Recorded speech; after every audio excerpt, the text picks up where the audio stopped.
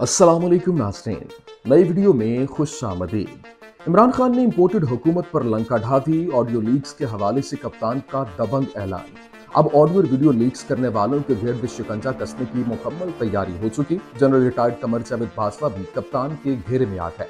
वो जो सहाफियों को बुला बुला कर कहते थे कि मेरे पास इमरान खान की बहुत सी ऑडियोस मौजूद हैं, वो अब अपने ही बिछाए हुए जाल में बुरी तरह फंस चुके हैं। इमरान खान के एक बयान ने सबकी बोलती बंद कर दी, जबकि अब ऑडियो और वीडियो लीक करने वालों को फुल स्टॉप लग जाएगा। इस वीडियो में मुकम्मल तफसील के साथ आपको इमरान खान के दबंग ऐलान के बारे में बताएंगे और ये बताएंगे कि इनके खिलाफ कार्रवाई कहां से होनी है और किसने करनी है, और साथ ये भी बताएंगे कि डॉक्टर यास्मीन राशिद और CCPO लाहौर गुलाम महमूद डोगर के दरमियान ऑडियो लीक होने की कड़ियां कहां जाकर मिलती हैं। वीडियो का बाकायदा आगाज करने से पहले नए आने वाले दोस्तों से गुजारिश है कि हमारे चैनल को सब्सक्राइब कर लें। नाज़रीन, पाकिस्तानी सियासत के अंदर ऑडियोस और वीडियोस लीक का मामला एक बार फिर गर्म है। जिस सियासतदान को बदनाम करना होता है उसकी ऑडियो या वीडियो रिलीज कर दी जाती है। इस वीडियो में चाहे कोई बात हो या ना हो, या फिर असल ऑडियो की जगह एडिट करके कुछ और लगा दिया जाए, लेकिन ऑडियो आने के बाद कुछ हंगामा जरूर बर्पा होता है। और टीवी पर पेड प्रोग्राम होते हैं जिसकी ऑडियो होती है, उसे बदनाम किया जाता है और पूरी पार्टी के खिलाफ एक कैंपेन चलाई जाती है। ये पाकिस्तानी सियासत है और हमाम में सभी नंगे हैं। लेकिन सवाल ये पैदा होता है कि ये ऑडियोज वीडियोज बनाता कौन है और इन्हें लीक कौन करता है। तो ये जानने के लिए सहाफी आफ्ताब इकबाल का ब्लॉग भी काफी है, जिसमें उन्होंने जनरल रिटायर्ड कमर जावेद बाजवा के साथ मुलाकात का अहवाल बयान किया।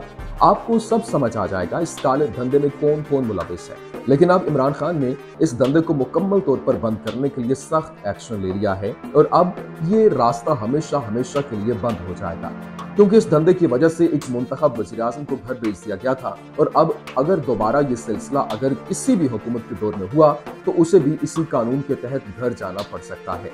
नाज़रीन, पाकिस्तान तहरीक इंसाफ के चेयरमैन इमरान खान ने ऑडियो लीक्स को JIT तहकीकात को सबोताज करने की साजिश करार देते हुए कहा कि अदलिया से मामले का नोटिस लेने और इस मामले के खिलाफ अदालत जाने का ऐलान किया है।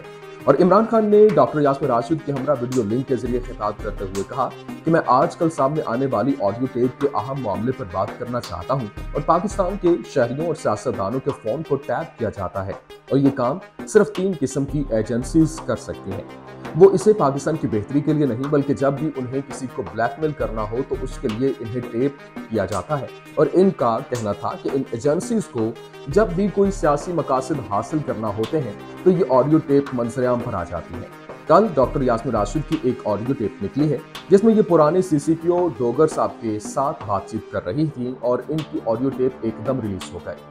मैं ये चाहूंगा कि ये पहले बताएं कि ये क्यों रिलीज की गई और ये क्यों बात कर रही थी, जिसके बाद में मौजूदा सूरत हाल पर बात करूंगा जिसमें लोगों की जाली वीडियोस बन रही है। नाज़रीन, इमरान खान ने कहा कि कानून ये कहता है कि कोई एजेंसी या पुलिस किसी का फोन टैप नहीं कर सकती जब तक ये वज़ीर दाखिला से ना कहें और फिर वज़ीर दाखिला अदालत में जाए और अदालत का जज उन्हें इजाजत दे कि ये मुल्क की जरूरत है, ये इससे दहशतगर्दी से बच सकते हैं या किसी कौमी मुफाद की हिफाजत हो सकती है, तो फिर फोन टैप कर सकते हैं। इसके अलावा वो किसी का फोन टैप नहीं कर सकते। चेयरमैन तहरीक इंसाफ ने कहा कि जब 1996 में बेनज़ीर भुट्टो में जब हटाई गई थी और एक वजह सुप्रीम कोर्ट में ये दी गई थी कि बेनज़ीर की हुकूमत के दौरान बड़ी बड़ी शख्सियात, जजेस और सियासी मुखालिफिन के फोन टैप किए जाते थे। रिचर्ड निक्सन अमेरिका के बहुत ताकतवर सदर थे जिनका वाटरगेट स्कैंडल सामने आया था, जिसमें वो मुखालिफिन के फोन टैप कर रहे थे और इसी वजह से उनको सदारत से इस्तीफा देना पड़ा था। लेकिन हमारे यहाँ ये आज खुलेआम हो रहा है। नाज़रीन, इस मौका पर तहरीक इंसाफ की रहनुमा डॉक्टर यास्मीन राशिद ने कहा कि कल दोपहर में जब ये ऑडियो लीक हुई तो मुझे फौरी एहसास हो गया कि ये किस मकसद के तहत लीक की गई थी। वजह ये थी कि मैं खान साहब के ऊपर कातिलाना हमले की तहकीकात के लिए बनाई गई JIT को पिछले 4 महीने से फॉलो कर रही थी और बिलखुसूस गुजरांवाला की इंसदाद दहशतगर्दी की अदालत में पैरवी कर रही थी। उन्होंने कहा कि ये ऑडियो लीक इसलिए की गई कि जब JIT बने तो इसके कन्वीनर उस वक्त के CCPO डोगर साहब थे और डोगर साहब ने हुकूमत के सामने इस बात का इंकशाफ कर दिया था कि इस हमले में 3 लोग मुलविस हैं। यानी ये कातिलाना हमला एक तयशुदा मंसूबा था और एक शख्स नहीं बल्कि इसमें कम से कम 3 लोग मुलविस थे और उन्होंने इसका सबूत अदालत में दे दिया था। उनका कहना था कि अदालत में सबूत जाने के बाद अफसरों को ब्लैकमेल किया गया। ब्लैकमेल होकर कुछ अफसरों ने इस्तीफा दे दिया, लेकिन CCPO अपने मौक़िफ़ पर डटे रहे। ये सारी बातें मेरे इल्म में उस वक्त आई जब हम गुजरांवाला की इंसदाद दहशतगर्दी की अदालत गए। जब सीसीपीओ को हटाया गया तो इनका ओहदा डीजी एंटी करप्शन को दे दिया गया।